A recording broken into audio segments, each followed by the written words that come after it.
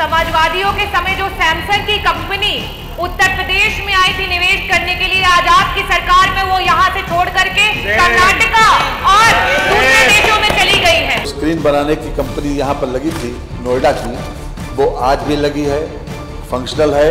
मैं आपसे ये जवाब नहीं चाहती हूँ कि आपने किन नई कंपनियों को यहाँ पे लाए।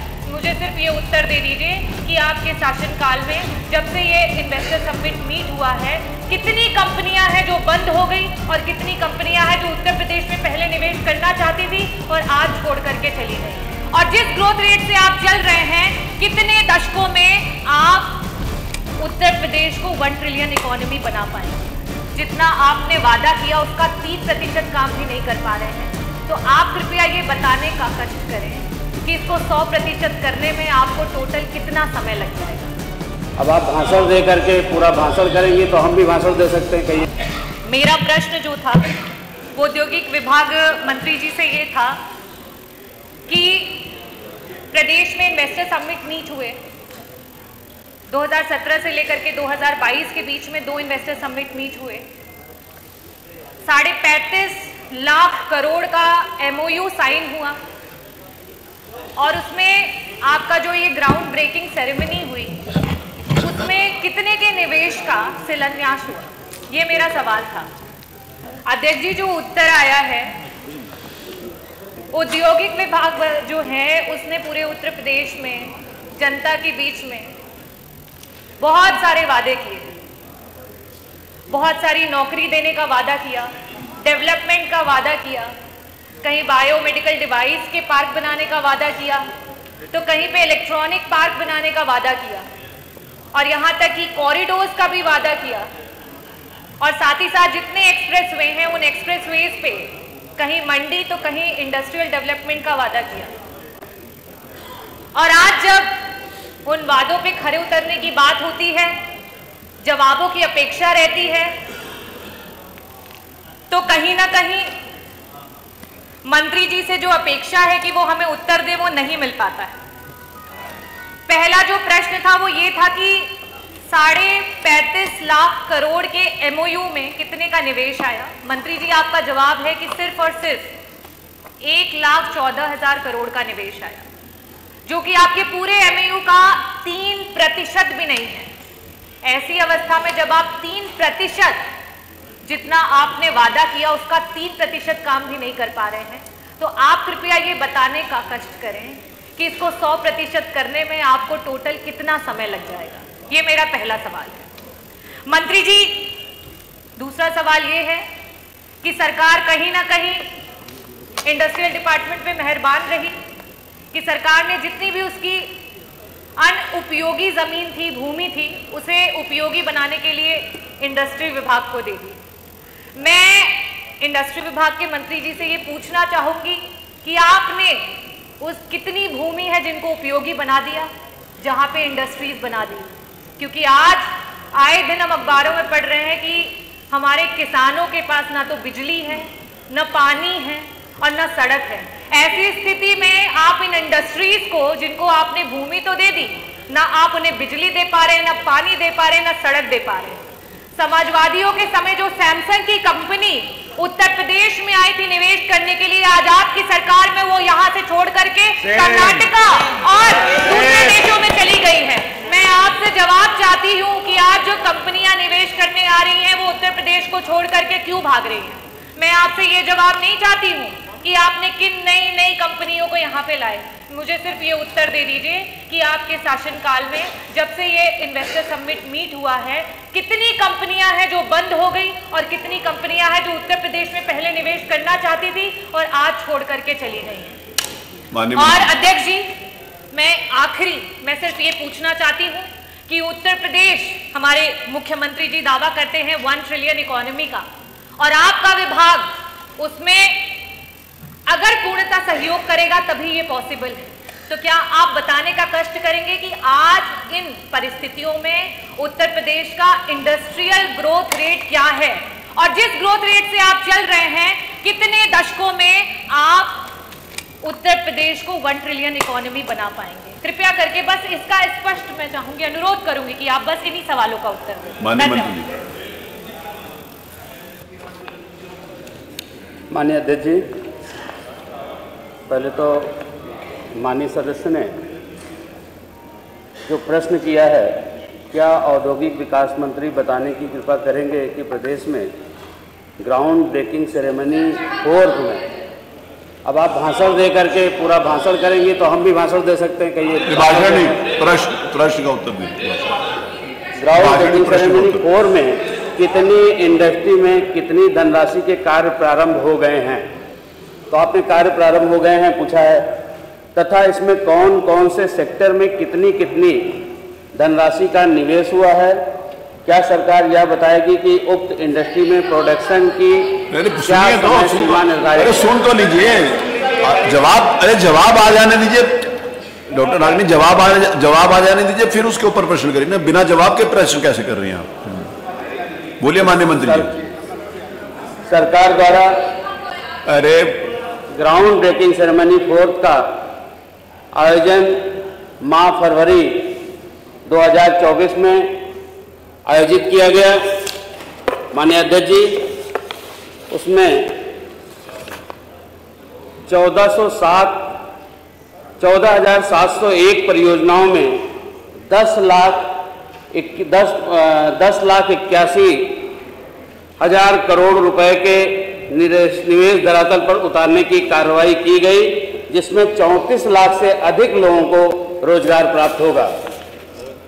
माननीय अध्यक्ष जी, 2024 में जो माननीय सदस्य ने पूछा है कि कुल कितने में प्रोडक्शन शुरू हो गया, तो 1,14,345 लाख करोड़ का निवेश हुआ है। सेक्टर वार निवेश का जो विवरण है, एग्री में 483 प्रोजेक्ट, 5,895 करोड़, एनर्जी में 7। ये वो लिखा हुआ जो लिखा नहीं है उसके अलावा बताओ ना, ये तो उत्तर में है सर। ये वाली बात तो उत्तर में है, कितना कितना हुआ, उसके जो अनुपूरक है उसका जवाब। ये जो आपने पहले लिख के दे चुके हैं उसको रिपीट करने की जरूरत नहीं। ये तो आप जो लिख के आप उत्तर दे चुके माननीय मंत्री जी, उसको रिपीट करने की जरूरत नहीं है, अनुपूरक का उत्तर है।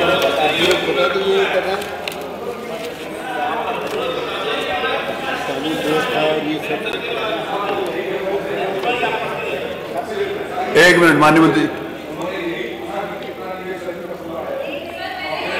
तो फिर अनुपूरक का क्या मतलब? वो तो उत्तर हो गया, फिर बैठे दोनों लोग।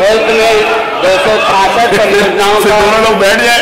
माननीय शाही जी, 2248 करोड़ रुपए, ITES में 3 परियोजनाओं में 73 करोड़ रुपए, मैन्युफैक्चरिंग में ये तो आज 61,622 करोड़ रुपए,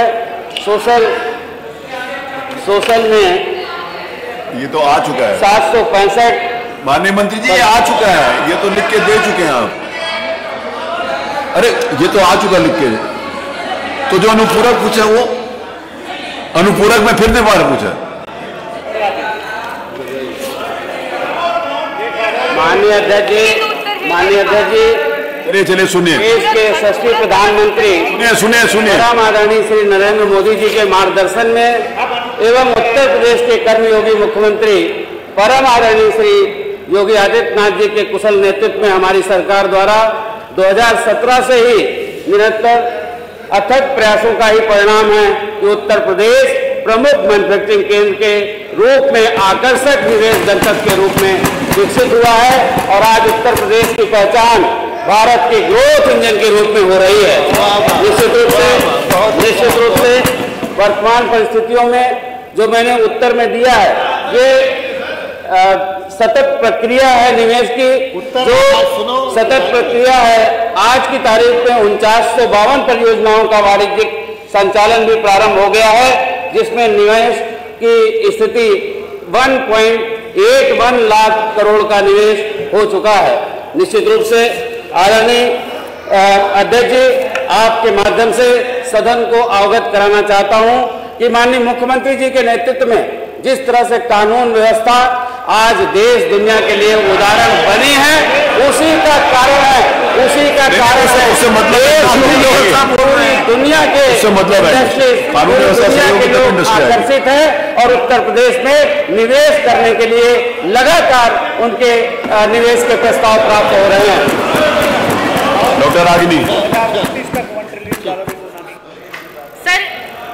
लिखा था वही बोला गया। नहीं, उसके अलावा भी बोला। वापस से सर आपके माध्यम से मंत्री जी से अनुरोध करना चाहती हूँ, सिर्फ मेरे 2 अनुपूरक हैं।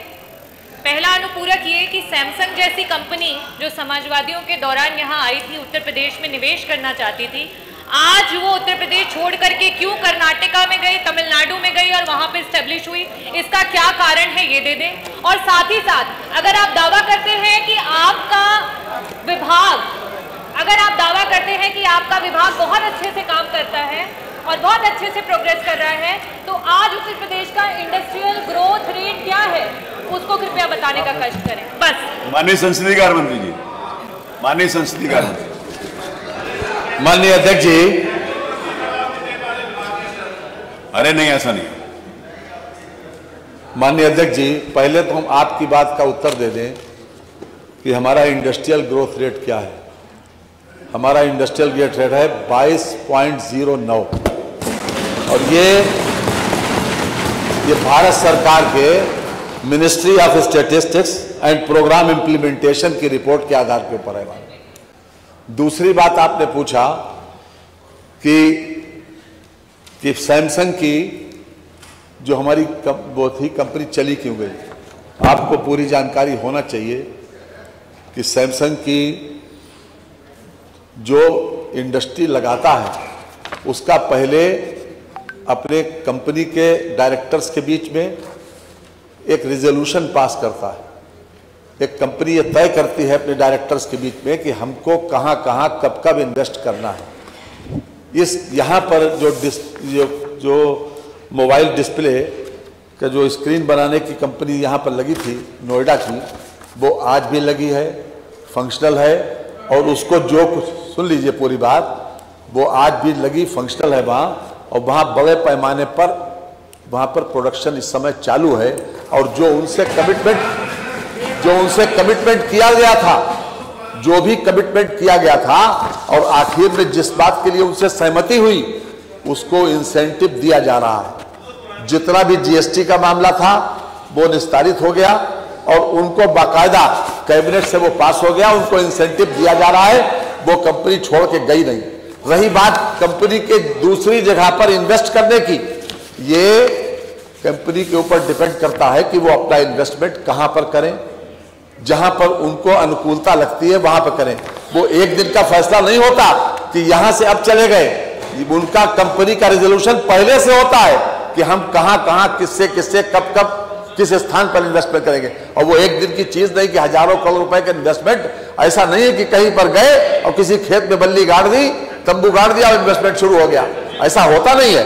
तो उनका बहुत पहले का इन्वेस्टमेंट और बहुत पहले का यहां भी जिस समय यहां पर आई थी यूनिट, उससे पूरे सम्मान के साथ उनको बाकायदा हमारे जो अधिकारी हैं उसको डील भी कर रहे हैं। पॉलिटिकल लेवल के ऊपर भी उनसे बातचीत होती है और हर तरह से इस बात की कोशिश है कि वो अपना प्रोडक्शन बढ़ाएं, ज्यादा से ज्यादा लोगों को रोजगार दें। रही बात आपने जीएसडीपी की बात पूछी, नहीं आपने पूछी इकोनॉमी, आपने पूछा ये पूछा कि हमारी $1 ट्रिलियन इकोनॉमी, किसी भी सरकार की इस फाइनेंशियल स्टेटस उसकी जीएसडीपी से नापा जाता है। तो हमारा जो भारत सरकार, हमने तो 25 लाख करोड़ का अनुमान किया बजट में, 24,99,000 करोड़ का हमने अनुमान किया, लेकिन भारत सरकार के जो पत्रक जारी हुआ उसमें 27,51,000 करोड़ रुपए उन्होंने हमारा अनुमान मांगा। हमारे फाइनेंशियल डिसिप्लिन को देखकर, हमारी फाइनेंशियल प्रोग्रेस को देखकर उन्होंने इसको माना। और रही बात आपके क्वेश्चन की, आपने यहां पर जो पूछा अभी पहला सप्लीमेंट्री, वो आपने ये पूछा कि हमारी कितने पर शिलान्यास हो गया, शब्द कार्रवाई निकाल देखने वाले बात, और प्रश्न में पूछा कि प्रारंभ हो गया। मंत्री जी ने जो बताया उत्तर, वो ये बताया कि किस पर कार्य प्रारंभ हो गया, अर्थात किस पर प्रोडक्शन प्रारंभ हो गया और किस पर शिलान्यास पूछा। यहां पर जो शब्द आपने इस्तेमाल किया वो आपने शिलान्यास इस्तेमाल किया और प्रश्न में शिलान्यास इस्तेमाल नहीं किया। अगर प्रश्न में शिलान्यास इस्तेमाल किया होता तो वो ग्राउंड ब्रेकिंग सेरेमनी के वो जवाब दे देते मैंने। तो ये मैं समझता हूं कि आप मंत्री जो माननीय सदस्य का जो शंका थी उसका मैंने पूरा समाधान कर दिया। अब इससे ज्यादा कोई जवाब नहीं आ सकता।